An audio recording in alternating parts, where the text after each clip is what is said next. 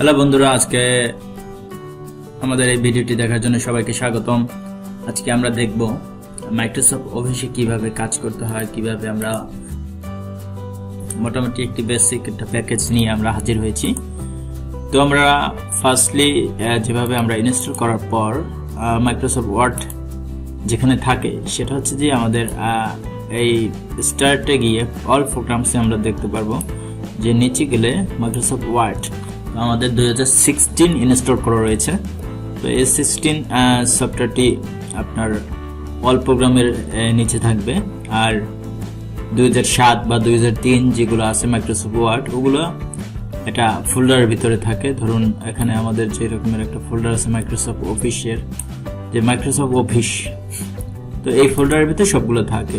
যে 16 মানে উইন্ডোজ 10 এ অথবা এই ফিচারটির জন্য আমাদের এই সফটওয়্যারটি আমাদের এই অল প্রোগ্রামের নিচে রয়েছে কিওয়ার্ড বাই। ঠিক আছে, তো আমরা মাইক্রোসফট ওয়ার্ডটি ওপেন করি। আচ্ছা, মাইক্রোসফট ওয়ার্ডটি ওপেন করার পর আমাদের যেটা করতে হবে সেটা হচ্ছে কি,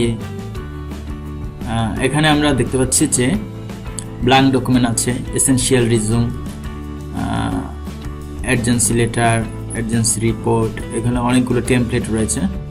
তো আমরা ফার্স্টলি যেটা করতে পারি সেটা হচ্ছে আমরা ব্ল্যাঙ্ক ডকুমেন্ট নিতে পারি। ব্ল্যাঙ্ক ডকুমেন্ট নিলে আমাদের এরকমের একটা ফিচার আসবে।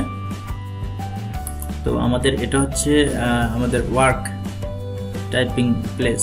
ঠিক আছে, আমাদের এই জায়গাতে আমাদের লিখতে হবে, আর উপরে মেনু আছে, আর এগুলো হচ্ছে সম্পূর্ণ টুল আমরা যেগুলো ব্যবহার করে বিভিন্নভাবে লিখতে পারি। তো আমরা কি করতে পারি, আমরা দেখতে পারি যে এটা কিভাবে কাজ করে। দেখুন আমাদের এখানে কি রয়েছে, আমাদের এটা পেজের যে প্রিভিউ ওটা হচ্ছে প্রিন্ট লেআউটে আছে। তো আমরা যদি রিড মোডে দেই তাহলে আমাদের এই পেজের যে সাইট রয়েছে এটা বড় হয়ে যাবে। দেখুন আমাদের যখন রিড মোডে দিলাম তো এখানে আমাদের বড় হয়ে গেছে, এটা মানে পড়ার জন্য। আর যদি আমাদের প্রিন্ট লেআউট থাকে তো এটা প্রিন্টেবল লেআউট যেটা থাকে A4 সাইজের বা যে সাইজের আমাদের দেওয়া আছে ওইটা থাকে। তারপর হচ্ছে ওয়েব লেআউট, এটা হবে সম্পূর্ণ বিস্তৃত একটি ফুল পেজ। তো আমরা প্রিন্ট লেআউটে ডিফল্ট রাখি, এটাই স্ট্যান্ডার্ড। আর আমাদের এখানে রয়েছে জুম ইন, জুম আউট, আমরা চাইলে আমাদের পেজটা জুম করতে পারি, জুম আউট করতে পারি। ওকে, তো আমরা এটা 100% রাখি। তো আমরা দেখি এখানে আমাদের ফাইল মেনু রয়েছে, হোম মেনু রয়েছে, insert, design, layout, references, mailing, review, view, add on, help. তো আমাদের আজকে বেসিকটা আমরা দেখবো যে কিভাবে নতুন ফাইল নিতে হয় এবং সেভ করতে হয়। তো আমরা এখানে ফাইলে যাব, তো নিউতে যাব, নিউতে ক্লিক করে ব্ল্যাঙ্ক ডকুমেন্ট যেভাবে আমরা শুরু করেছি।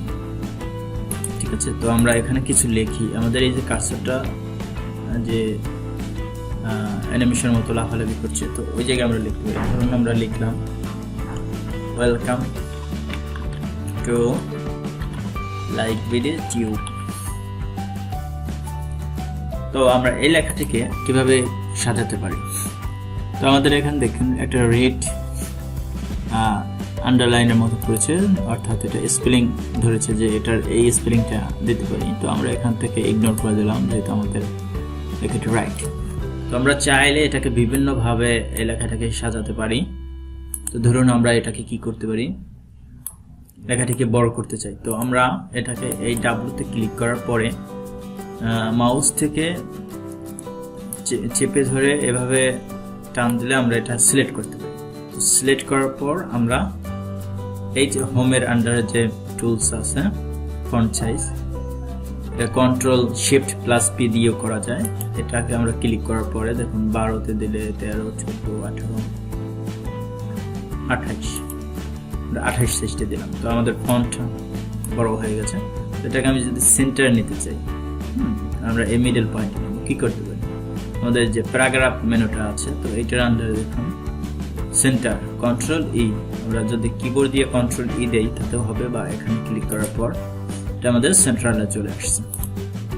দেখুন, তো আমরা যদি আবার সিলেক্ট করতে চাই তো এখানে আমরা শিফট চিপে লেফট অ্যারো কি যদি ক্লিক করি তাহলে আমাদের ওয়ার্ডগুলো একটা একটা সিলেক্ট হতে আছে। আমরা সম্পূর্ণ সিলেক্ট করলাম। হ্যাঁ, এটা হচ্ছে দুইটা উপায়ে যে আমরা সিলেক্ট করতে পারি। তো এখান থেকে যদি আমি চাই যে আমাদের ফন্ট কালার দিব, তো আমাদের যে এখানে দেখুন ফন্ট মেনুর আন্ডারে ফন্ট কালার, তো এটা ক্লিক করার পর আমাদের লেখাটা রেড হয়ে গেছে। আমরা কার্সর বাইরে ক্লিক করি, দেখুন।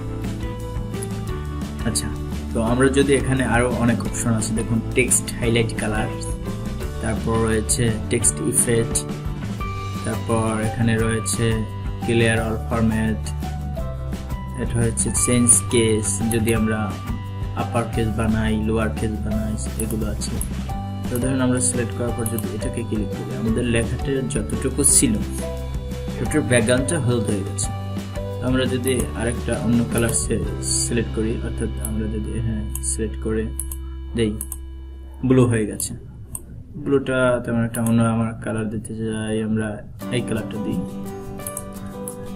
সিলেক্ট করি, বাস আমাদের এটা কালার হয়ে গেছে। আচ্ছা, তো এখানে আছে কি টেক্সট ইফেক্ট।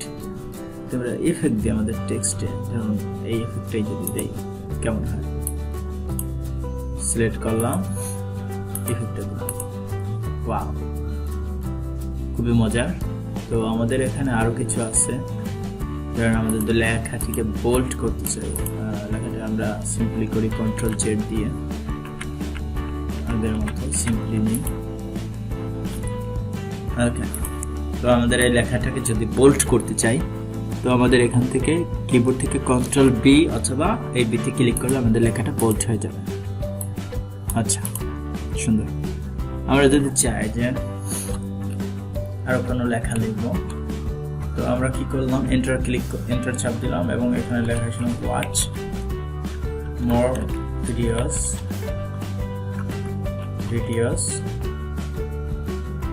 Please subscribe. আচ্ছা, তো আমাদের এই লেখাটিও বোল্ড হয়েছে। আমরা চাচ্ছি যে এটা বোল্ডটা উঠিয়ে দেবো, তো আমাদের এখান থেকে কন্ট্রোল বি কিবোর্ড থেকে অথবা এই বি এখানে ক্লিক করলে ছোট হয়ে যাবে। তো আমরা যদি এটাকে ইটালিক করতে চাই, এখানে ক্লিক করব বা কন্ট্রোল আই, আর যদি আমরা আন্ডারলাইন দিতে চাই, আন্ডারলাইন, এখানে চাচ্ছি আমরা এই লেখাগুলোর একটা ব্যাকগ্রাউন্ড কালার দেবো। তো আমরা এখান থেকে থিমসে গিয়ে আর যে কোনো কালার দিতে পারি। এটা হচ্ছে ব্যাকগ্রাউন্ড, টোটাল আমরা যেখান থেকে লেখা শুরু করেছি ফুল একটা ব্যাকগ্রাউন্ড কালার, এটা দিয়ে আমরা দিতে পারি যে শেডিং, শেডিং এ এই যে এরো চিহ্ন থেকে আমরা বিভিন্ন কালার চুজ করতে পারি। তো এই ছিল। আর আমাদের যদি ফন্ট চেঞ্জ করতে হয়, ধরুন আমাদের এই লেখাটি রয়েছে এই ফন্টটি ক্যালিব্রি, আর আমাদের এই ফন্টটি রয়েছে ওই একই, আমরা চাচ্ছি যে এটা চেঞ্জ করবো। তো আমরা এটা সিলেক্ট করলাম, তো এখান থেকে আমরা দেখুন একটি ফন্ট আমরা সিলেক্ট করি আর আমাদের লেখাগুলো চেঞ্জ হয়ে যাচ্ছে। এরিয়াল ব্ল্যাক, এরিয়াল ন্যারো, ঠিক আছে। আমাদের এখানে অনেক ফন্ট রয়েছে, আমাদের যেটা ভালো লাগে আমরা সেটা দিলাম। আমার ভালো লাগে যে কমিক সেন্স এমএস, আমি এই ফন্টটা দিয়ে দিলাম।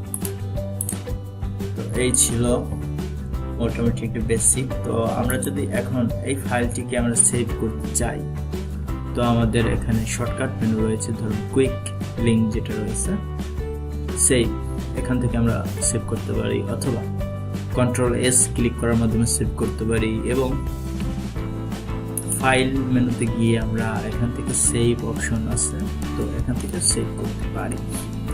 আমরা সেভে ক্লিক করি, তো দেখুন আমাদের এখানে সব জায়গার অ্যাড্রেসটা চাচ্ছে যে কোথায় সেভ করো। আমরা ব্রাউজে ক্লিক করলাম, তো এখান থেকে আমি ডেস্কটপ সিলেক্ট করে আমাদের ফাইল নেম যেটা ডিফল্ট ওইটাই থাকবে এবং সেভ করলাম। তো এখানে দেখুন যে ওয়ার্ড ডকুমেন্ট ডক্স, এটা হচ্ছে আপডেট ফাইল এক্সটেনশন। আমরা যদি পুরনো যে 2003 যে 3 পর্যন্ত আমাদের ডকুমেন্ট ফাইল ছিল ডক, আর 2003-এর পর থেকে 2007, 13, 16 এগুলোতে আমাদের ডক এক্স থাকে এক্সটেনশন।